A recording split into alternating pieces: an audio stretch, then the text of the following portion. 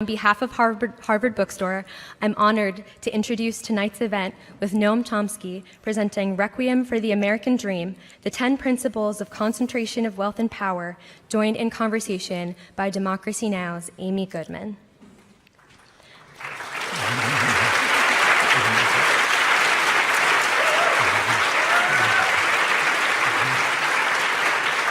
Before we begin, I want to take a moment to thank you all for being here.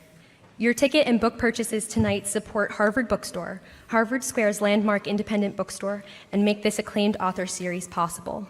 Visit us at harvard.com to sign up for our email newsletter and browse our upcoming events calendar. Tonight's event is being filmed by C-SPAN's Book TV, Democracy Now!, and the Forum Network, a joint venture of WGBH and the Lowell Institute.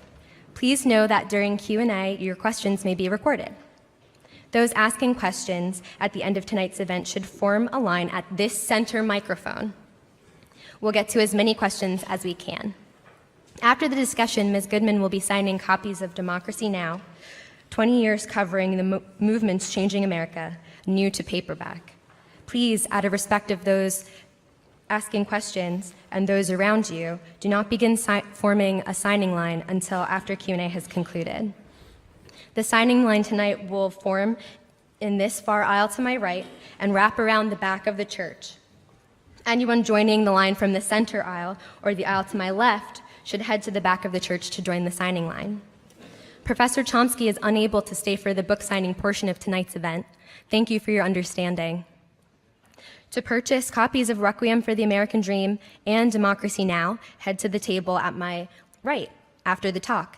DVD and Blu-ray editions of Requiem for the American Dream documentary film are available for sale at the book table, as well as copies of Democracy Now!'s recent interview with Professor Chomsky. You can ask how to get a free copy of the DVD at the book table.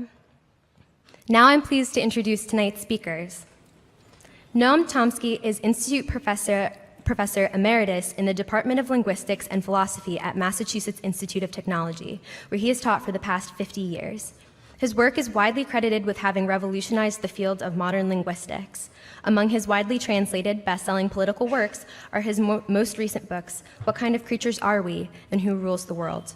Joining Professor Chomsky in conversation tonight is Amy Goodman, the award-winning host and executive producer of Democracy Now!, the largest public media collaboration in the U.S. today. They'll be discussing Requiem for the American Dream, a series of interviews with Professor Chomsky transcribed over 4 years for a documentary film by the same name. In these timely interviews, Daniel Gold of the New York Times writes, Professor Chomsky focuses on financial inequality in America and what he calls its corrosive effect on democracy. This is his first major work on this subject. We really look forward to their discussion tonight. Please join me in welcoming Amy Goodman and Noam Chomsky.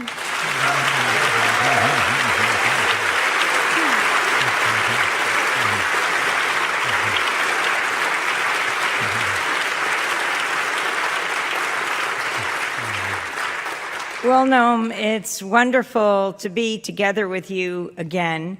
In order to ensure that the audience stays to the end, do you think we should save that duet we practiced for the end? At the very end? Okay, we'll do that. We're going to get to the book, and I think it's intimately related to so much of what's happening in this country and the world today. But I wanted to ask you about this comment that you made, that the Republican Party, you said, is the most dangerous organization in world history. Can you explain?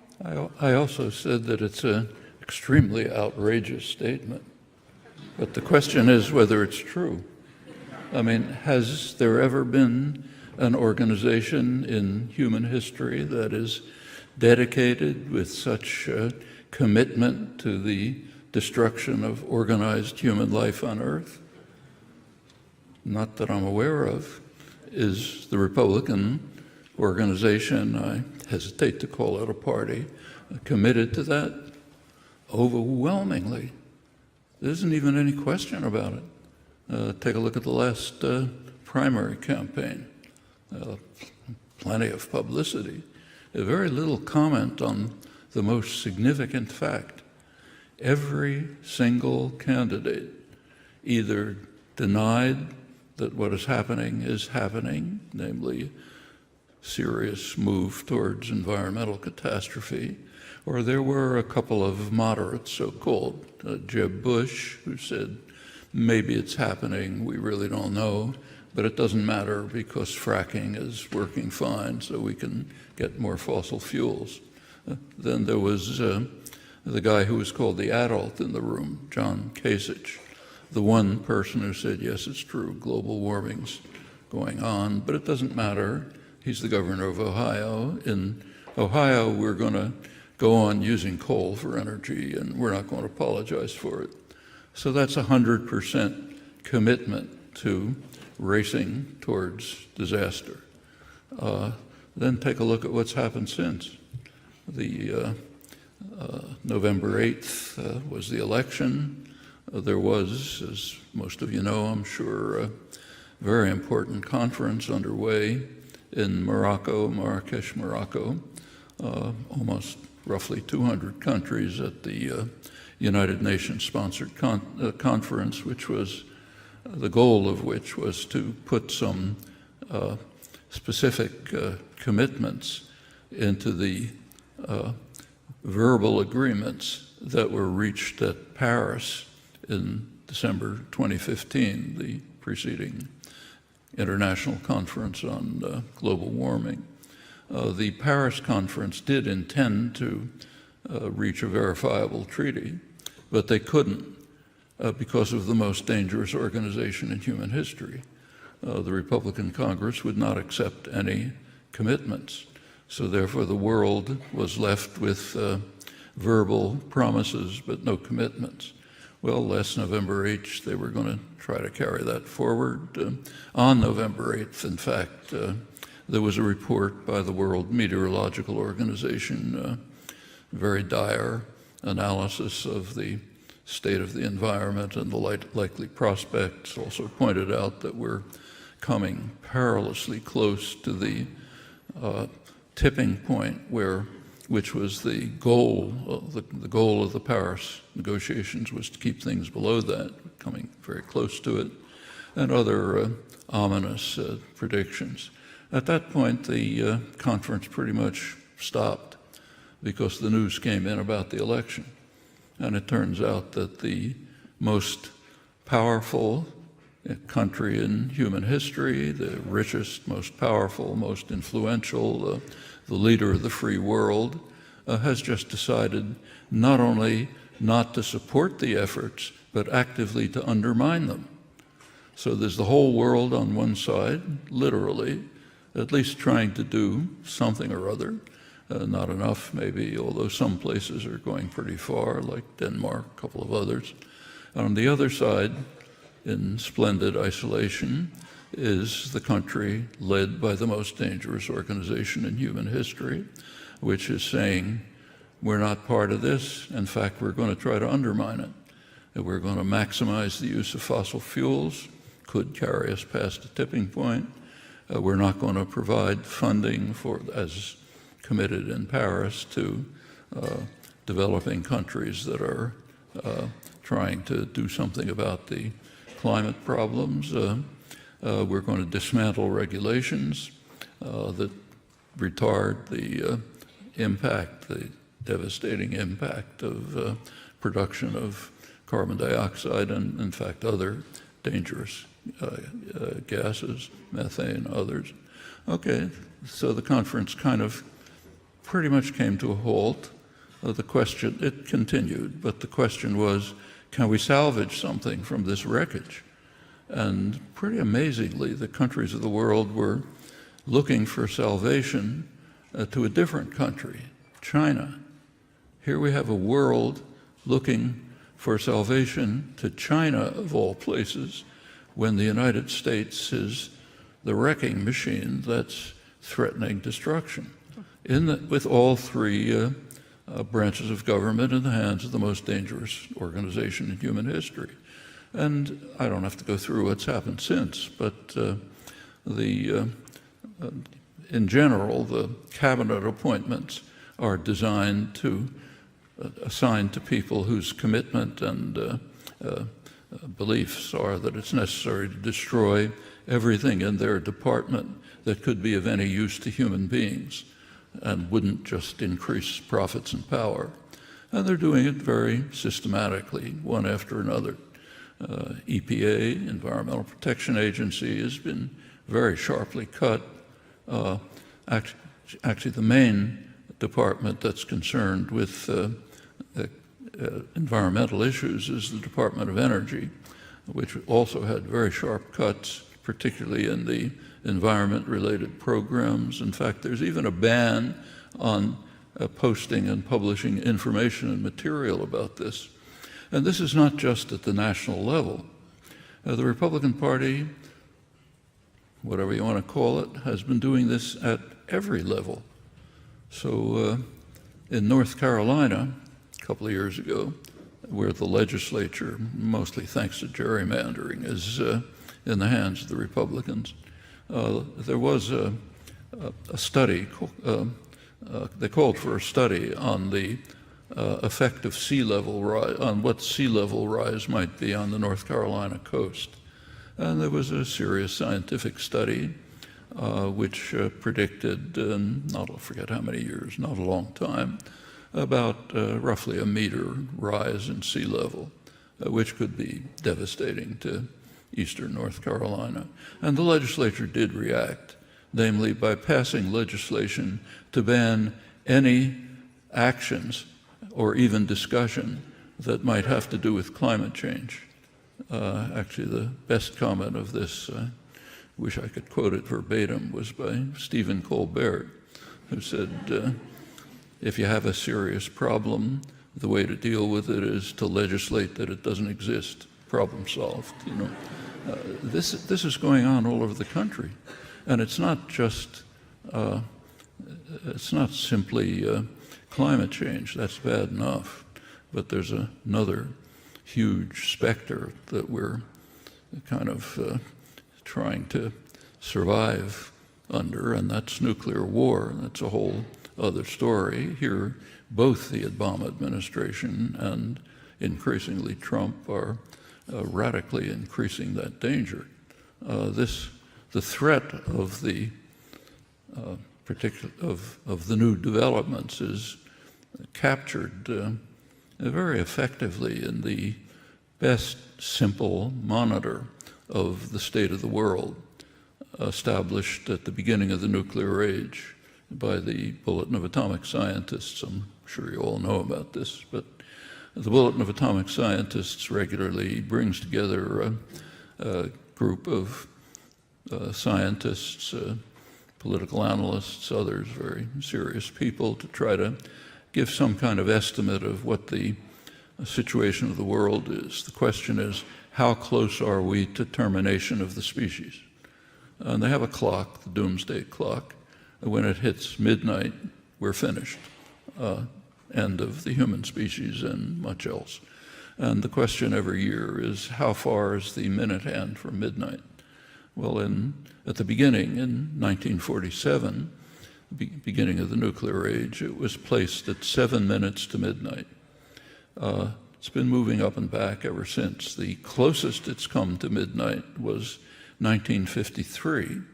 1953, the United States and Russia both exploded hydrogen bombs, which are extremely serious threat to survival.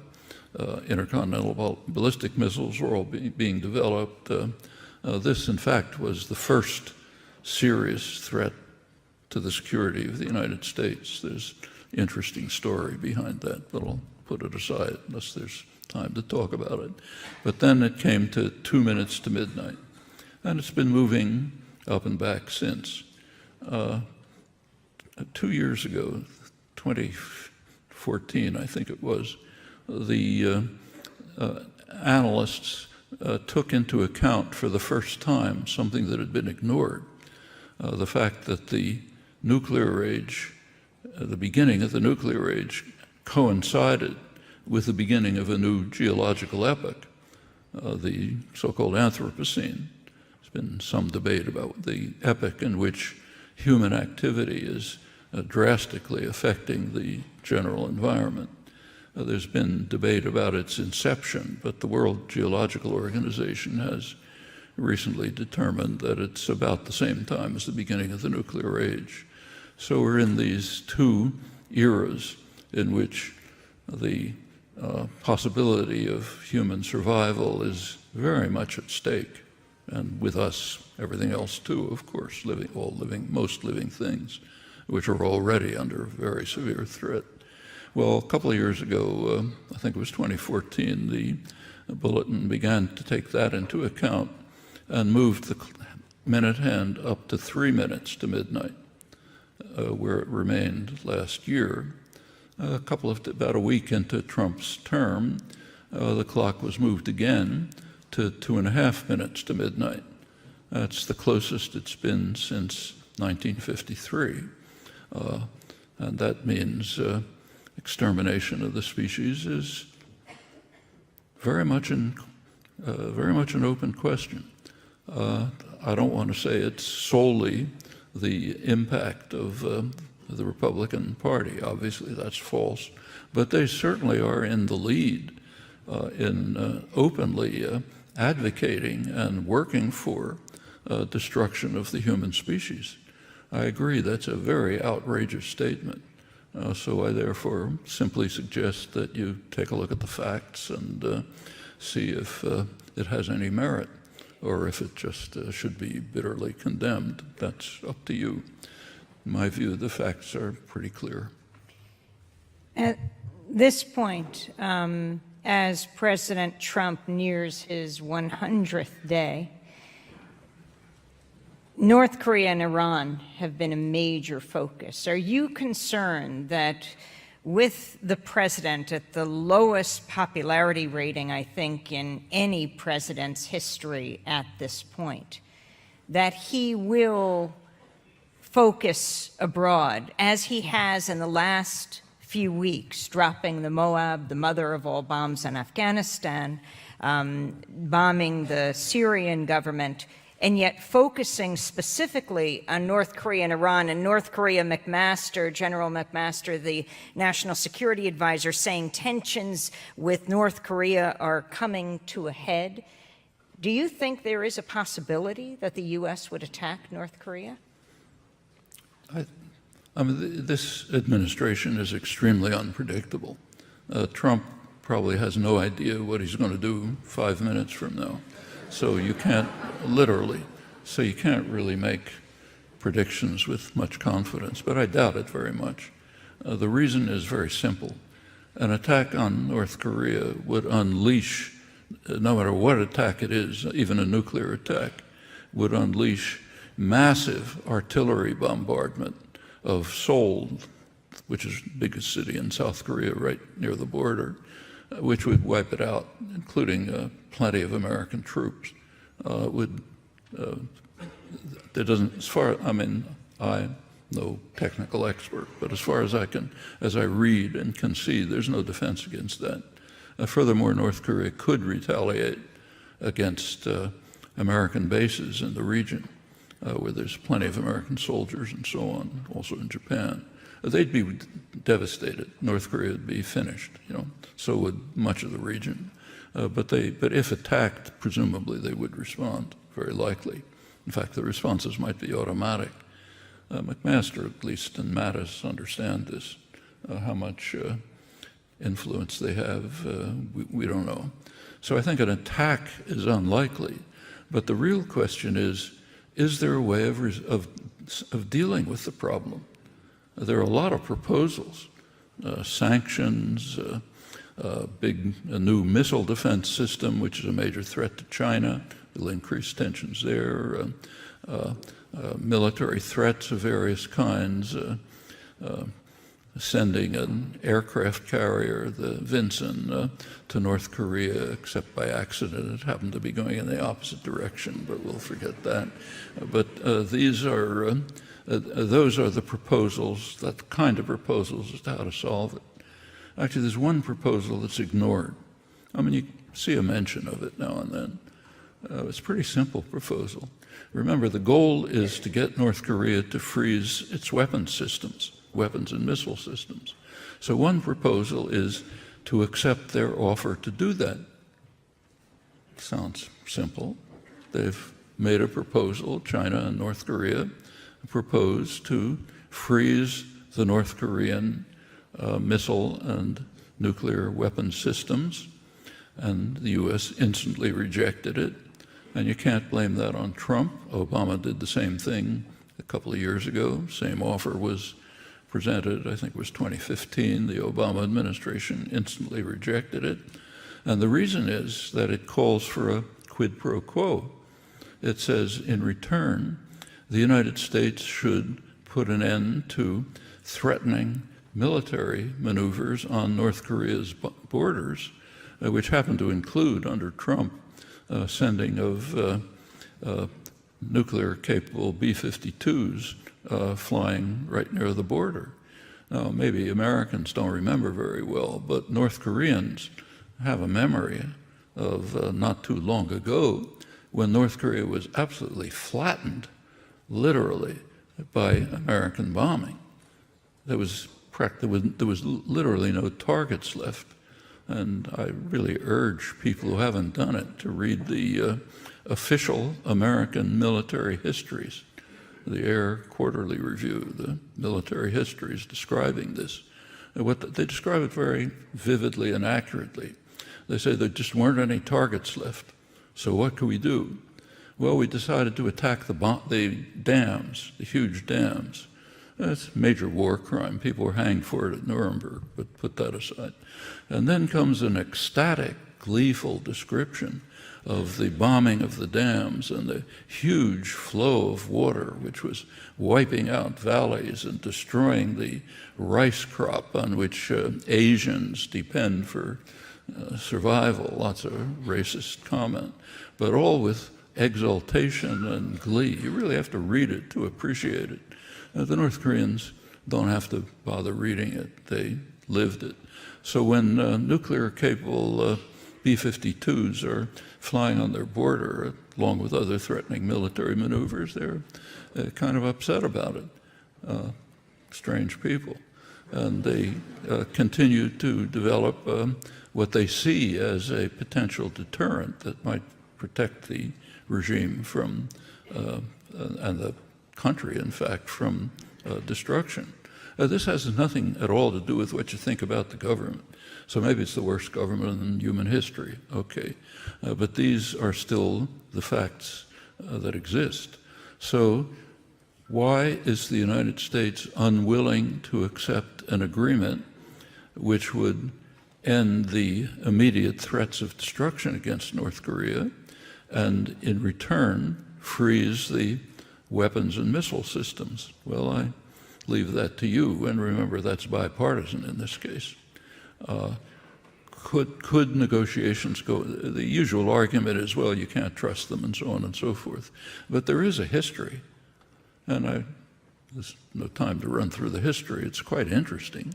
It begins in 1993 when under Clinton, the North Koreans made a deal with Israel to terminate North Korean missile shipments to the Middle East, which is a serious threat to Israel and the world.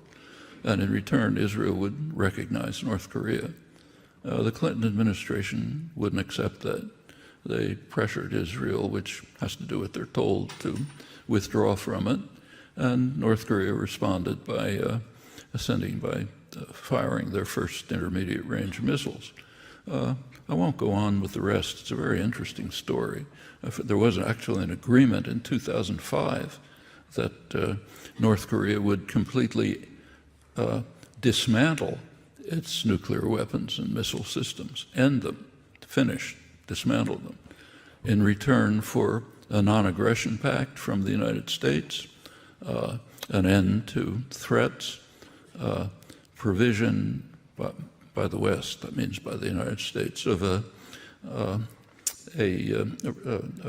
light water reactor which can't produce nuclear weapons but could be used for peaceful purposes, research, medical, other purposes. And that was basically the agreement, 2005. Didn't last very long. The Bush administration instantly undermined it.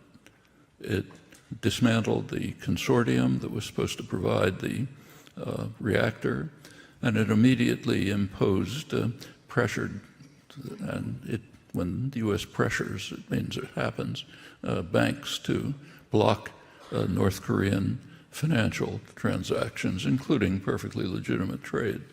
So the crazy North Koreans started producing missiles and nuclear weapons again. And that's been the kind of record all the way through. So yeah, maybe the most horrible regime in human history, but the fact of the matter is the regime does want to survive, and it even wants to carry out economic development. There's pretty general agreement about this, which it cannot do in any significant way when it's pouring resources, very scarce resources, into weapons and missile production. So they have considerable incentive, including survival, to perhaps continue this process of reacting in a kind of tit-for-tat fashion to U.S. actions. When the U.S. lowers tensions, they do. When we raise tensions, they go on with these plans. How about that as a possibility? I mean, it is, if you look at the press, it's occasionally mentioned. Actually, there was not a bad article in the Washington Post about it recently by a U.S. professor who teaches in South Korea. So occasionally it's this strange possibility of letting the North Koreans do exactly what we want them to do. Sometimes this is mentioned, but it's pretty much dismissed. We can't do that sort of thing. There are similar questions to raise about Iran. So Iran is, again, the adults in the room, like Mattis and so on, say it's the greatest threat to peace, the greatest sponsor of terrorism, on and on. How is it a sponsor of terrorism? Well, could go through that. So, for example, in Yemen, it's claimed that they are providing some aid to rebel tribesmen, Houthi tribesmen in Yemen. Okay, maybe they are. What is the United States doing in Yemen? It's providing a huge flood of arms to its Saudi Arabian ally who are destroying the country, who've created a huge humanitarian crisis.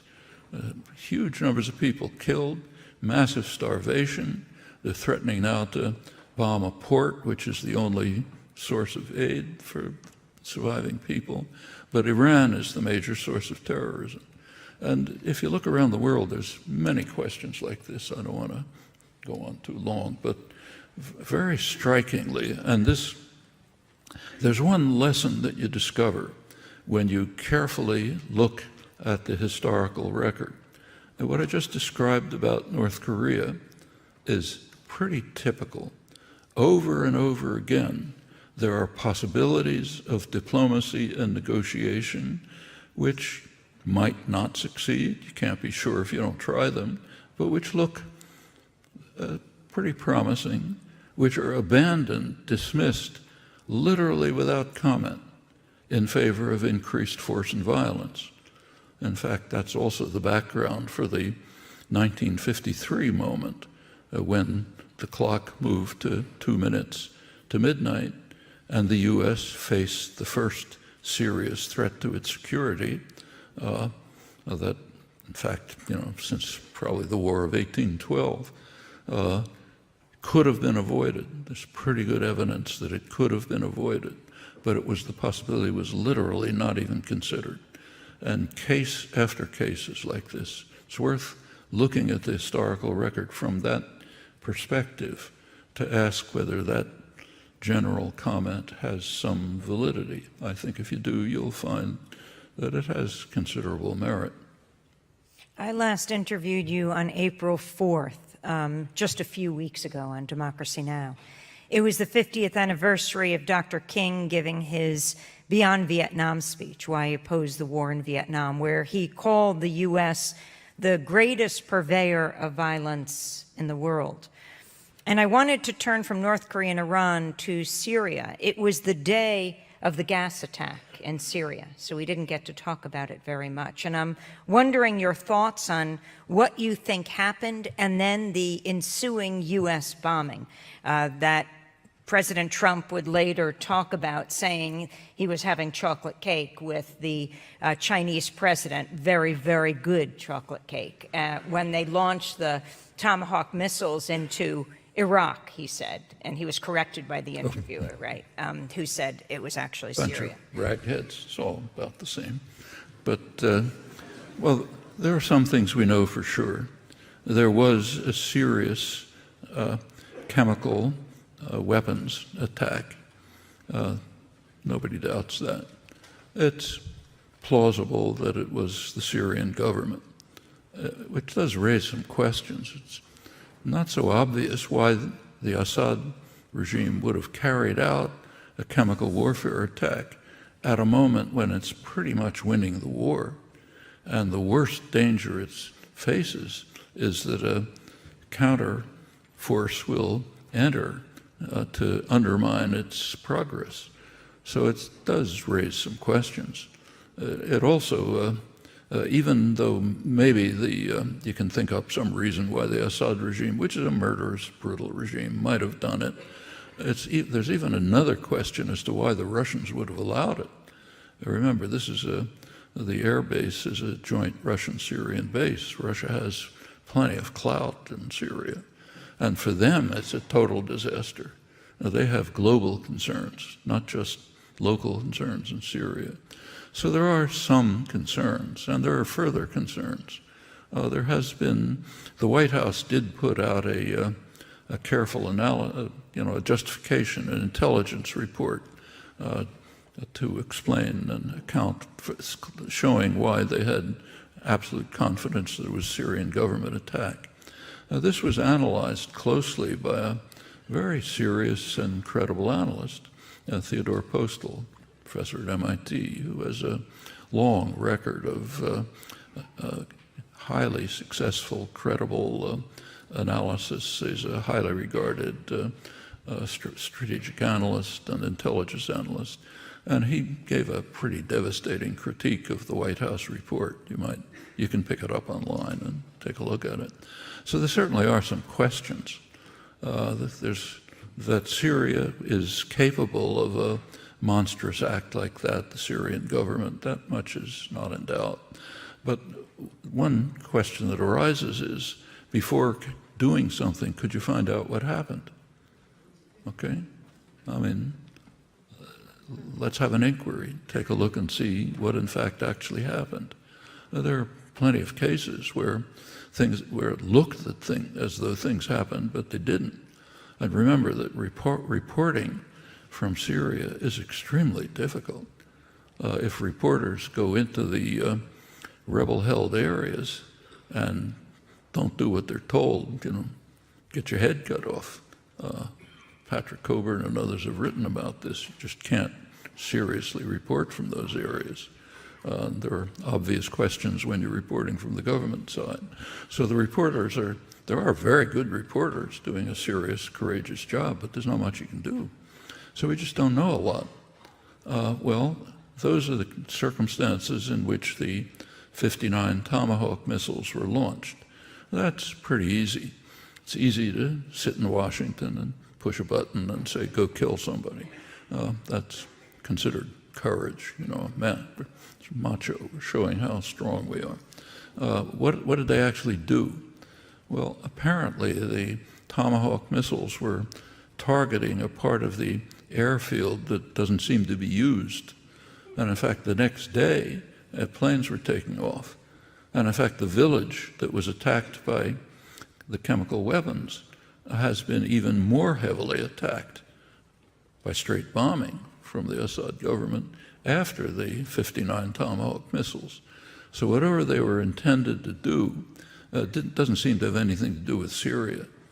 I suspect that what they were intended to do was pretty much what you described, to shore up Trump's image as, I think it was Nikki Haley at the UN said, there's a new sheriff in town.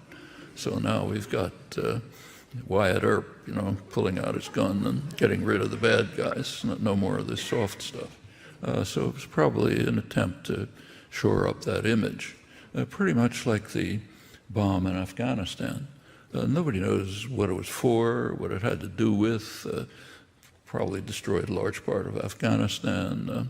Shortly after that, there was an incredibly brutal and successful Taliban attack, which killed a couple hundred recruits, most of them unarmed. The young draftees didn't know what they were doing. It was so bad that the defense minister resigned. Doesn't seem to have any effect on. It was supposedly aimed at ISIS. Maybe it was, maybe it wasn't. They don't seem to be affected by it. So these look like there doesn't seem to be any strategic analysis behind any of these actions, as far as anyone can tell. They seem like kind of about at the level of the Twitters that keep coming out. Something that kind of occurs to me, so why not do it? It's cheap. It may kill a lot of people, makes me look good, makes it seem as if I'm defending the country, and so on. It's hard to see it as anything but that.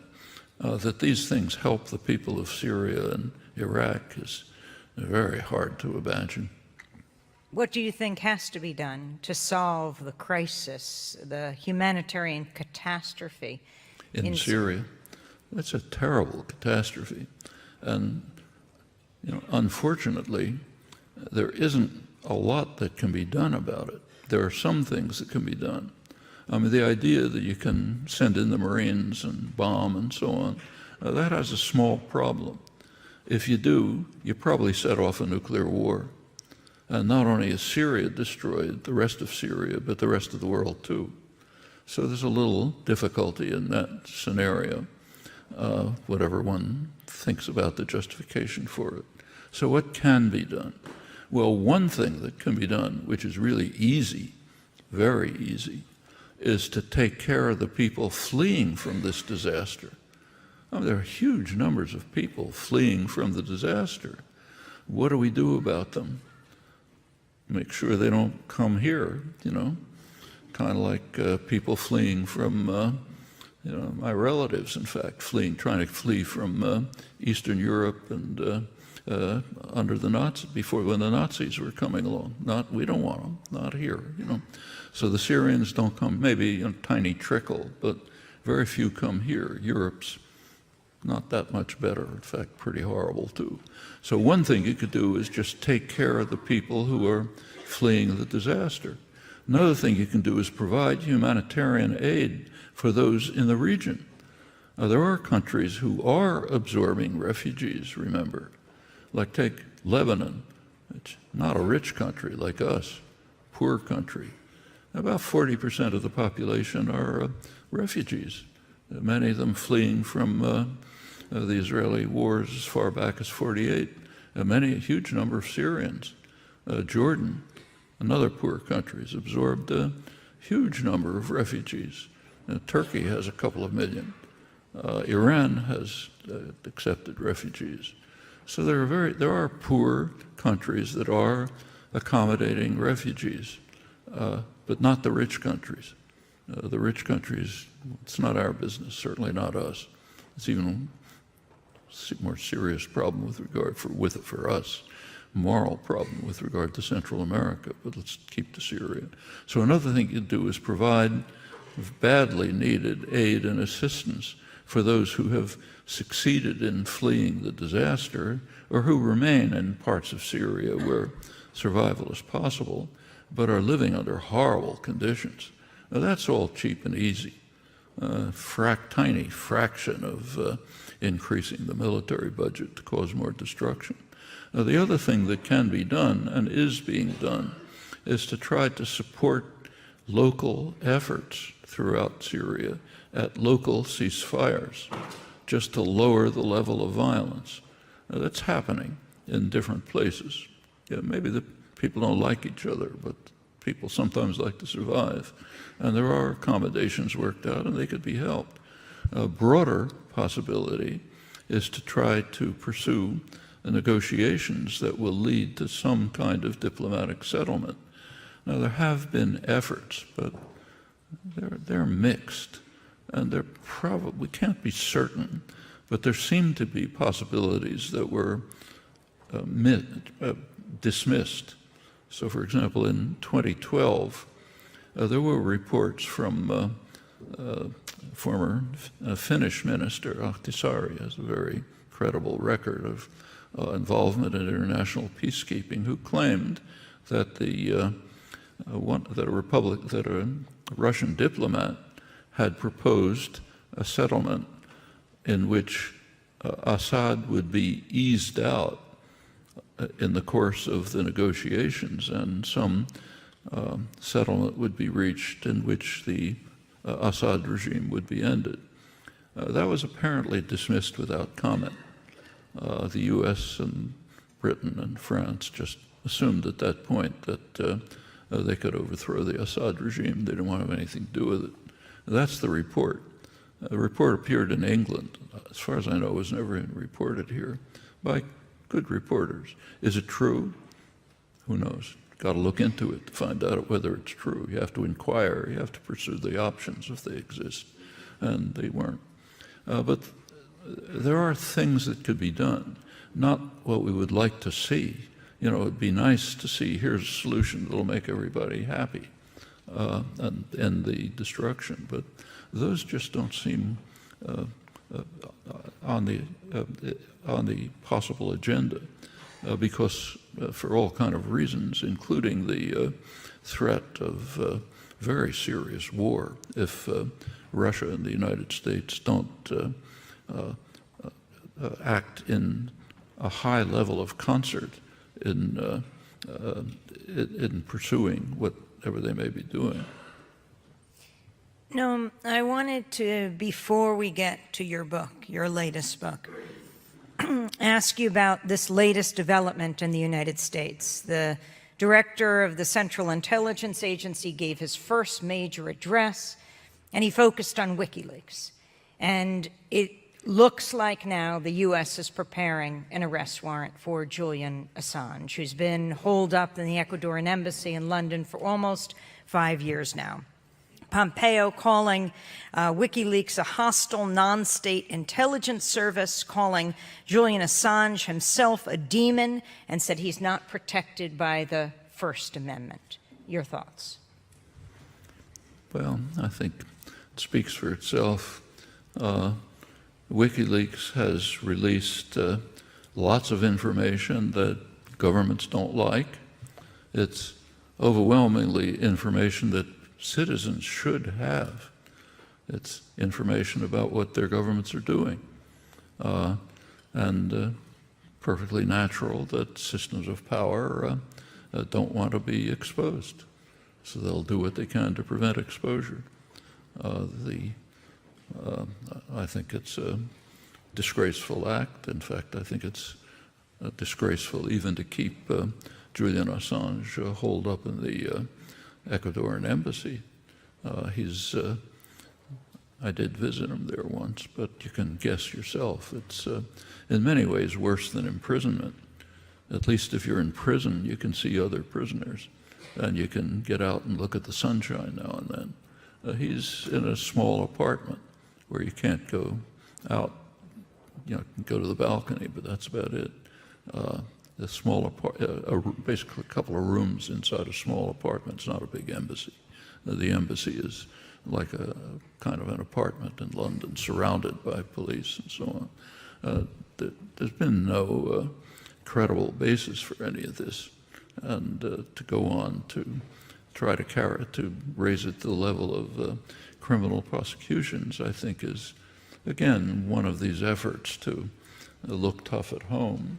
And the kind of effort that a government would carry out that is dedicated to trying to protect itself from exposure of facts that citizens should have, but systems of power don't want them to have.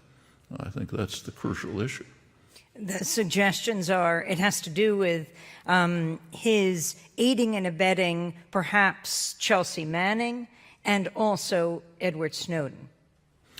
In doing that with Edward Snowden, which he openly admits, while he's trapped in the Ecuadorian embassy. If the charge is true, he should be honored for it. Chelsea Manning and Edward Snowden are carried out heroic, courageous acts. They fulfilled the responsibility of somebody who takes citizenship seriously. That is, who believes that the people of a country ought to know something about what their government's up to. Okay? Like if their government is carrying out murderous, brutal attacks in Iraq, people should know about it. Takes us back to Martin Luther King's talk in 1967. If the government is, and corporations too, incidentally, are listening in to your telephone conversations and what you're doing, tapping this discussion and so on, we should know about it. Governments have no right to do things like that. And people should know about it. And if they think it's okay, fine, let them decide, not do it in secret. I think people wouldn't agree to it.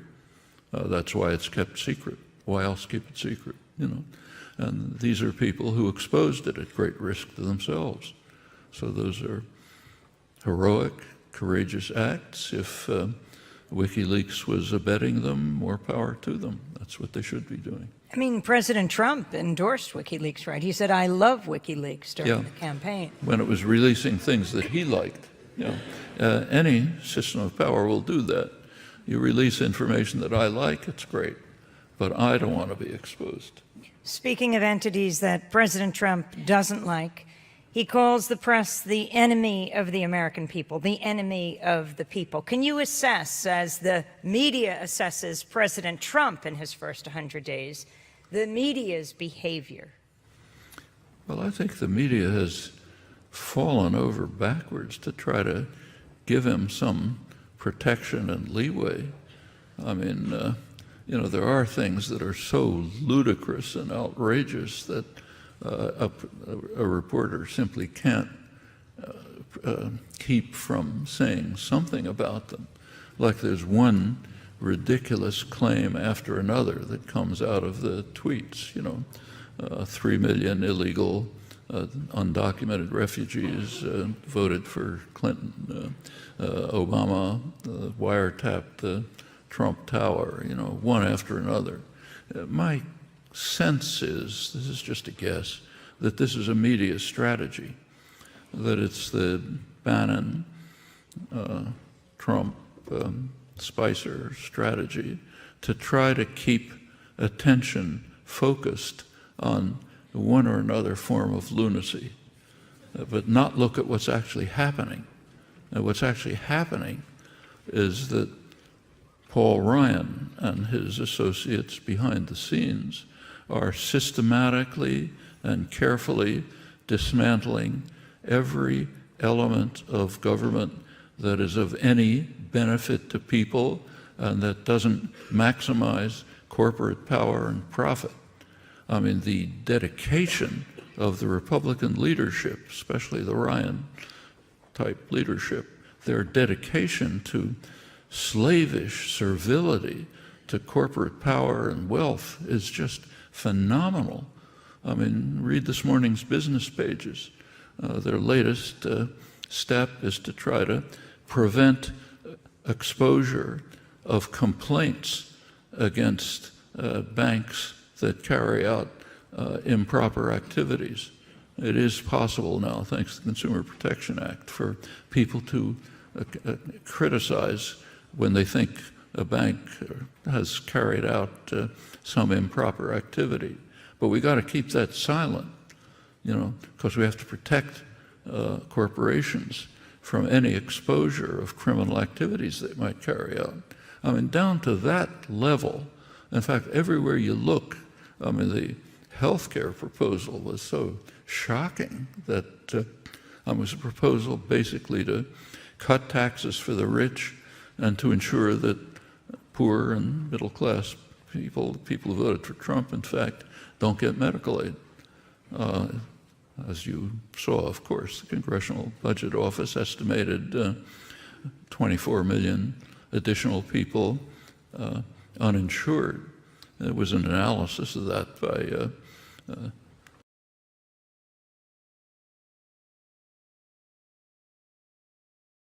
the relationship between lack of insurance and deaths. There's plenty of evidence about that. And it turns out that would have meant about 45,000 additional deaths a year. Well, that's okay as long as you cut taxes for the rich. And step by step, that's what's happening behind the facade of Trumpisms and Spicer antics before the press. And the press is pretty much falling for it. That's what they focus on, not what's being carried out. There is, of course, criticism, mild criticism of outrageous lies, but I think that just plays the game. That's what the lies are for. Then you can yell about the liberal press that is trying to undermine us. It's all a kind of a desperate effort to keep a con game going. Trump does have a base, a voter base. He's kicking them in the face with abandon. And the idea is, how do you hold on to them while you're doing this? Not an easy trick. And this, I think, is part of the con. And there are people in the press who are pointing it out, Paul Krugman for one, but nothing like it should be. Which takes us to your latest book, Requiem for the American Dream, where you talk about the 10 principles of the concentration of power and wealth, how it's happening, what to watch out for. Well, credit for the 10 principles should go to the producers of the film. What they did was take a lot of interviews and discussions about all sorts of things and put them in a coherent and, I think, pretty effective form, including formulating 10 principles, that's their contribution, and including material that discusses them. And you can look at the film and see, or the book, but my feeling is they did a really good job. So the book is accompanying this film that is now out on Netflix. But you talk about, for example, Principle 1, reducing democracy, Principle 2, shaping ideology, and Principle 3, redesigning the economy. Well, all of those fall together, and they're part of a pretty remarkable development that's taking place actually in human history. Humans in the last 60 or 70 years have succeeded in creating a kind of a perfect storm, literally. There's a kind of a pincers movement that we've created. 2 major attacks on the prospects for survival: global warming, nuclear weapons, the Anthropocene, the nuclear age. And the third is a set of socioeconomic policies designed to undermine the possibility of dealing with the problems. The problems could be dealt with only in a functioning democracy of engaged, informed people who could make decisions, who would be informed and could make decisions to deal with the crises. But the so-called neoliberal programs of the past generation, sort of somewhat market-oriented programs designed to undermine the institutions, the governmental and popular institutions that might deal with these issues, all a unit. One result is a very significant decline in democracy. You can see it which is almost built into the policies. It's perfectly built. You can't carry out economic policies of the type that have been implemented in the past generation in a functioning democracy. That's impossible. Let me just take a look at the numbers. The neoliberal programs were basically taking off right around 1980. It started a little with the late Carter, escalated under Reagan, went on more under Clinton, and so on. 2007 was the peak of supposed success. This is right before the crash. A lot of euphoria among economists, political analysts about the great achievements of neoclassical economics, of the great moderation, the neoliberal programs, dismantling of regulations, all these great successes. 2007, what was happening to American working people at that time? In 2007, wages, real wages, were lower than they had been in 1979 when the experiment took off. In fact, for the majority of the population, it's a period of stagnation or decline. The benefits have declined. People had been, some of the reasons were explained by Alan Greenspan, head of the Federal Reserve, who was charged pretty much of managing the economy. He testified to Congress that part of the success of the economy, the low inflation and so on, was due to what he called growing worker insecurity. Working people were insecure. They were intimidated. They knew that they were in a dangerous situation, precarious situation. As a result, they didn't press for increase in wages and for decent wages and benefits. They were willing to accept, in fact, effective decline in their living standards.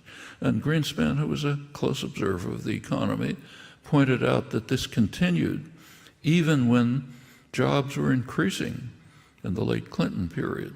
It was deeply embedded in the nature of the policies being carried out, that working people are intimidated, they're living precarious lives, many of them are part-time, they're losing security, their unions are being destroyed, and their wages are declining. So it's all great. The economy is wonderfully healthy. Can you carry out policies like that in a democracy? I mean, are people going to vote for it? Same in Europe, even worse in many ways. The so-called austerity programs, even the economists of the the IMF, International Monetary Fund, their own economists report that these policies make no economic sense. But the IMF bureaucrats, the ones who are part of the decision-making apparatus, they vote for them. And the effect on Europe is the same thing. As far as democracy is concerned, just like in the United States, there's anger, contempt for for the major governing institutions. Here it's Congress, there it's the political parties. You just saw it in France yesterday. The two major parties were barely visible in the election, and it's happening all over Europe, the same kind of thing that's happening here. I mean, here it's happening in a way which is almost farcical because of the kind of actions carried out by the leadership. In Europe, it's being pursued in a way which is really ominous. I mean, you don't have to look far back to find a time when fascist parties actually had power in Europe, and we know what happened.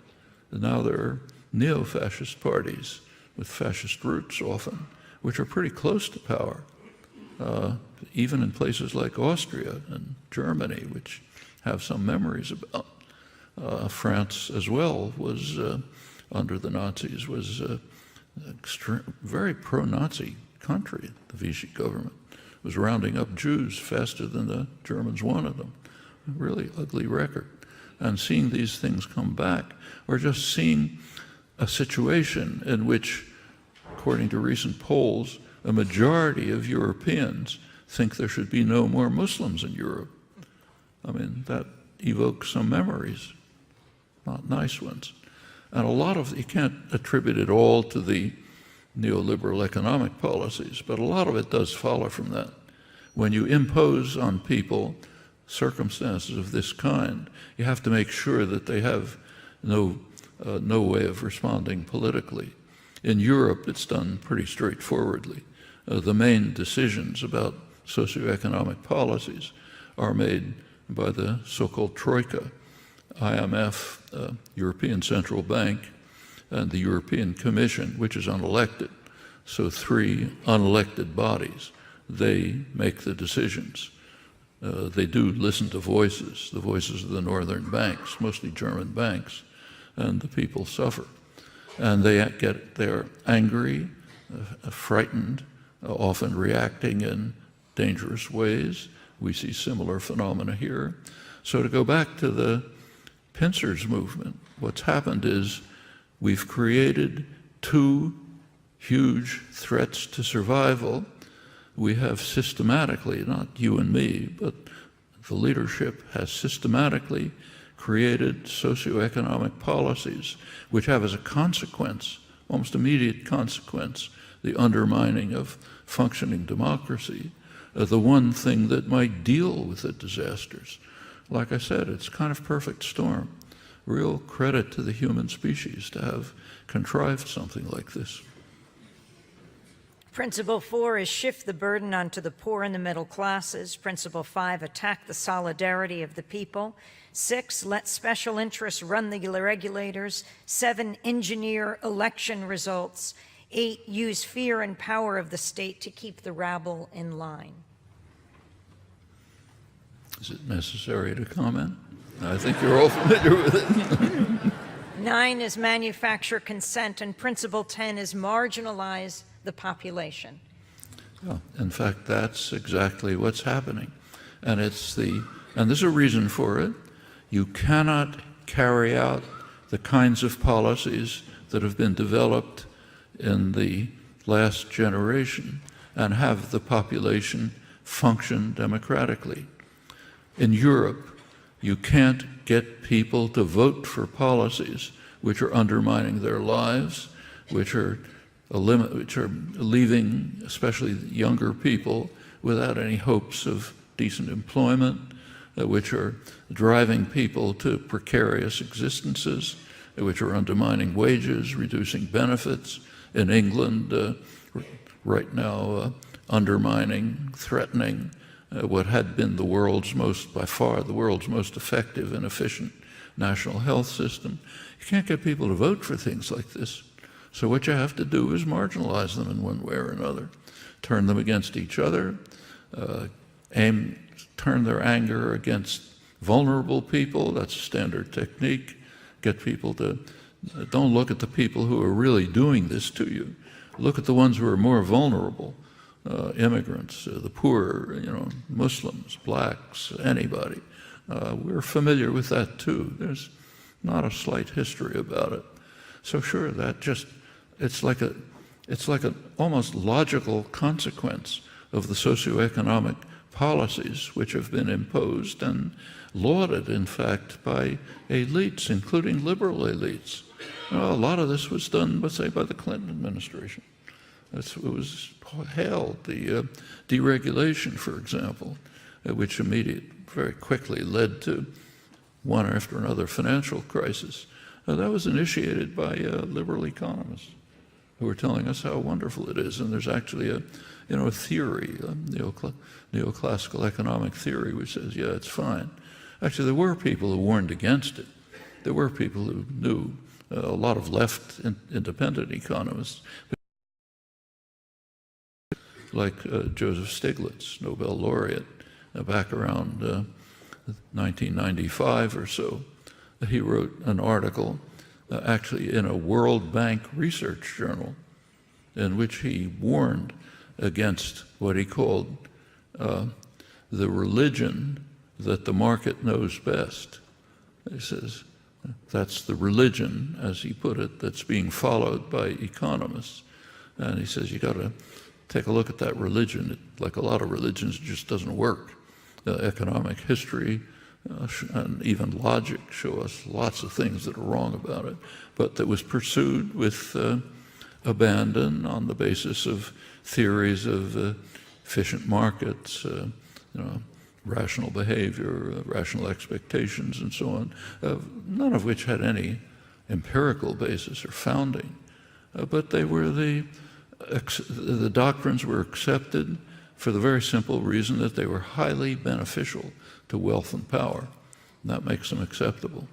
And you get the results that you have. The undermining of the only means possible to try to deal with the existential crises that we have created.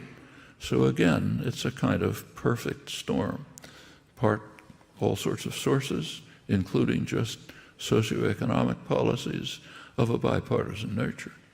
You talk about a perfect storm. Do you think fascism is rising in the United States? I think there's a danger of fascism in Europe, but I don't think that it's, for one, you have to be a little bit careful about that.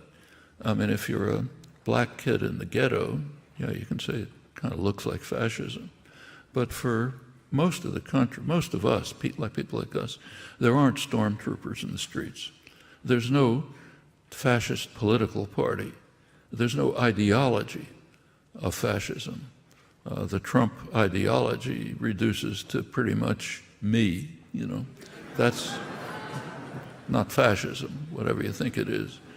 So there are serious dangers, but I think fascism, in a way, gives it too much credit. It makes it look like more of a well-formulated ideology than it actually is.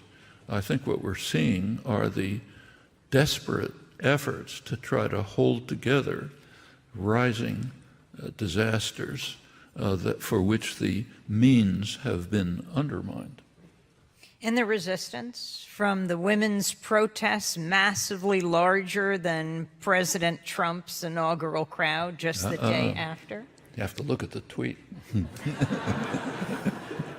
To the protests just this week, from the March for Science on Earth Day on Saturday to the one that's coming up next Saturday, April 29th, another People's Climate March. The March for Science took place in every continent in the world. The People's Climate March promises to be much larger. Does this give you hope? Oh, there's a lot of reasons for hope. First of all, there is enormous resistance, the kind of thing that's happened sometimes before, like in the early 80s, when there was huge public opposition, enormous public opposition to the dangerous increase in nuclear weapons development. And it had an effect. Like I mentioned at the Bulletin of Atomic Scientists a couple of years ago, doomsday clock went to 3 minutes to midnight. That's the closest it had been since 1984, when there was a major war threat with the increase in nuclear weapons threats.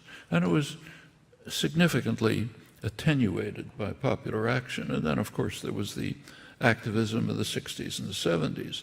It didn't end in the 60s by any means. So some of the most effective popular movements with the biggest impact on the society are really developed in the 70s, like the women's movement, the environmental movements, and so on. The seeds were in the 60s, but they weren't there yet. They were just barely beginning. All of that has really civilized the society, had lots of positive effects, and it goes on right to the present. So I think the most significant fact about the last election was not Trump's victory, which was very serious for the country and the world, but the astonishing success of Bernie Sanders' campaign. It's worth remembering that broke with over 100 years of U.S. political history. U.S. elections are pretty much bought. You can predict with remarkable precision electoral outcomes by looking at simple measures like campaign funding.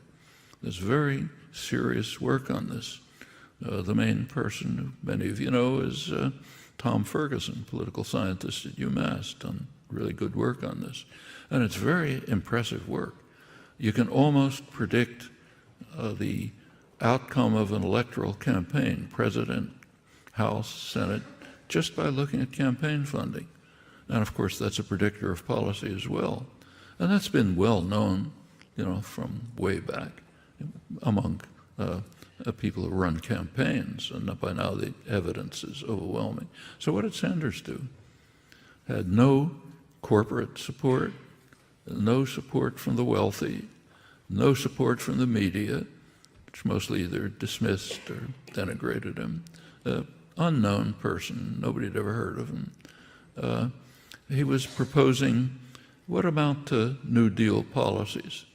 By contemporary U.S. standards, that's what he called, with some justice, a political revolution. Actually, the policies he proposed It wouldn't have surprised Dwight Eisenhower. He favored similar policies by and large. In fact, he even said that anyone who doesn't accept New Deal programs just doesn't belong in our political system.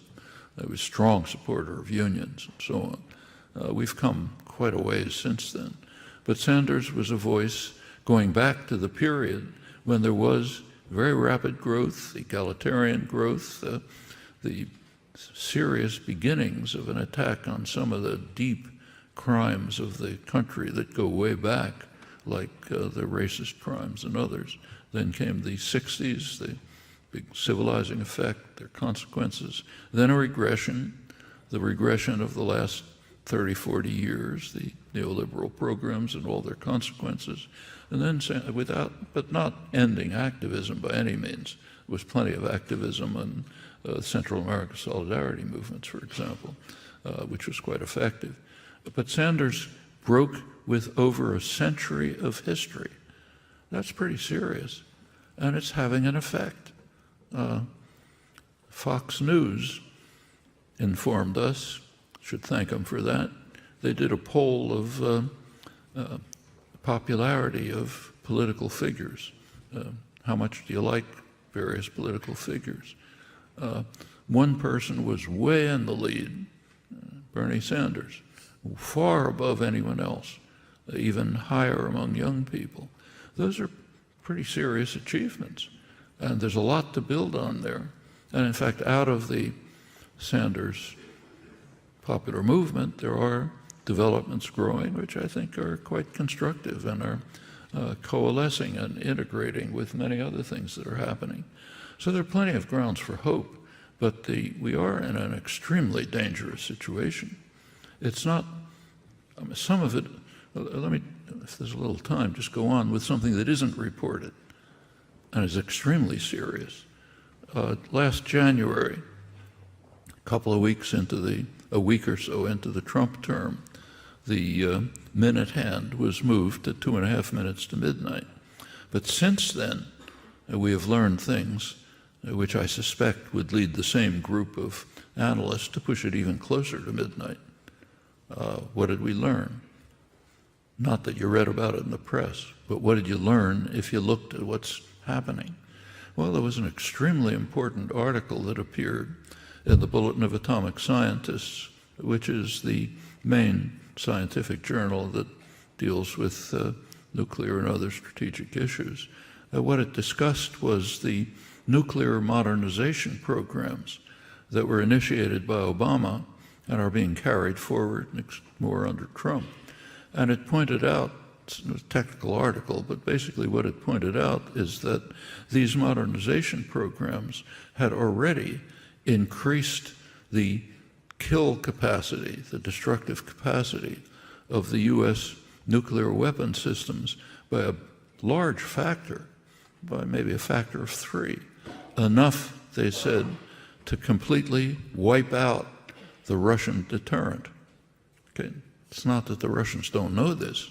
Russia does not have our sophisticated early warning systems, satellite warning systems. They have much more primitive ones. They don't get much advance warning of an alleged attack. There have been many close calls in the past because of this.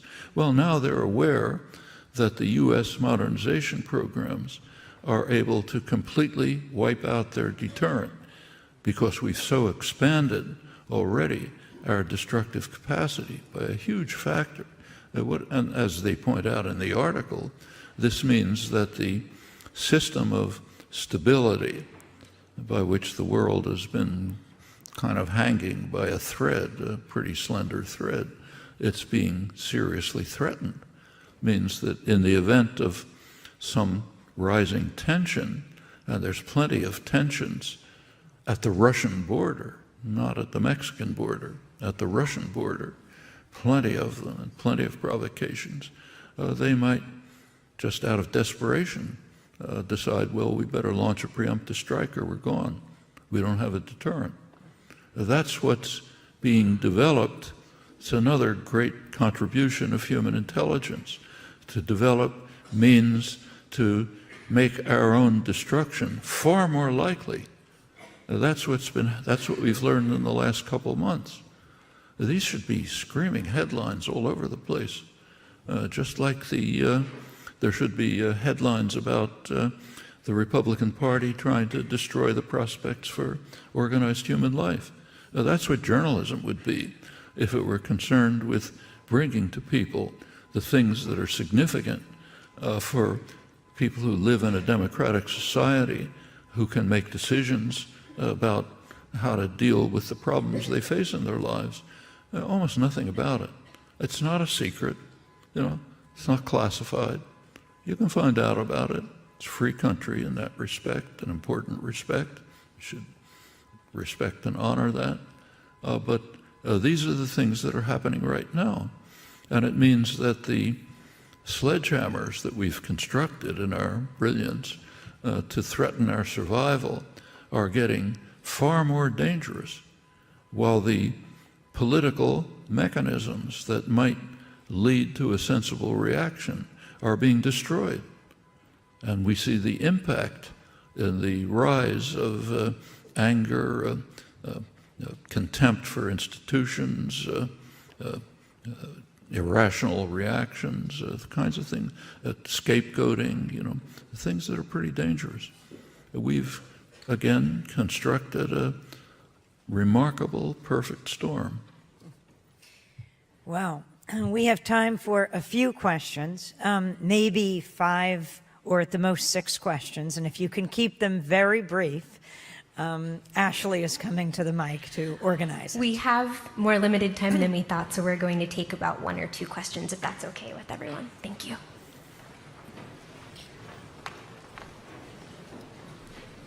Hi. I was wondering, as an aspiring linguist, do you believe that linguistics can provide context to contemporary political occurrences, and if so, how? I think linguistics can make a great many contributions, but in another domain. It can help us understand the unique human capacity that is the fundamental property that separates us from the rest of the animal world, our ability to do things like we're doing right now. Where does that come from? We're the only animal that can do anything remotely like this. And it's the source of creative activities. If you look at the evolutionary record, the real outburst of creative activity appears to be associated with the emergence of language. And you can learn a lot about these aspects of human nature and human creativity and so on. But as far as analysis of the world political situation is concerned, and frankly, I don't think anything's required but common sense and a little bit of work. Common sense, open mind, some work. It's not hidden. I think it's all pretty much on the surface. What we understand is pretty much apparent to us if we take the trouble to find out. And I don't think any specialized fields, whether it's linguistics or political science or economics, they can tell you something. But almost everything that's happening of significance is pretty easy to ascertain by a person who looks at the world with an open, critical mind and is willing to search for things that are not right in the front of you and that are hidden on the sides but are available. And final question. Hi. I actually was just wondering if you felt that Abraham Lincoln was justified in the suspension of habeas corpus during the Civil War.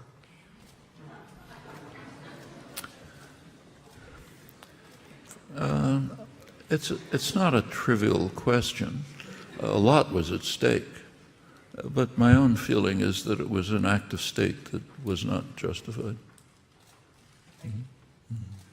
Well, Noam, thank you not only for this evening, but for your decades of commitment to improving the human condition. Thank you.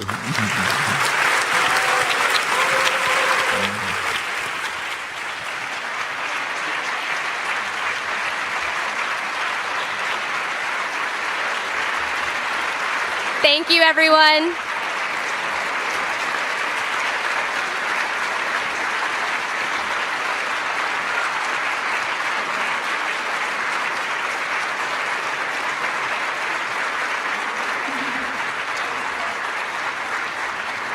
Thank you all for coming. Once again, the signing line will form down this far aisle to my right and wrap around the back of the church. So if you'd like to join the signing line from the center aisle or the aisle to my left, you should make your way toward the back of the church. Thank you so much.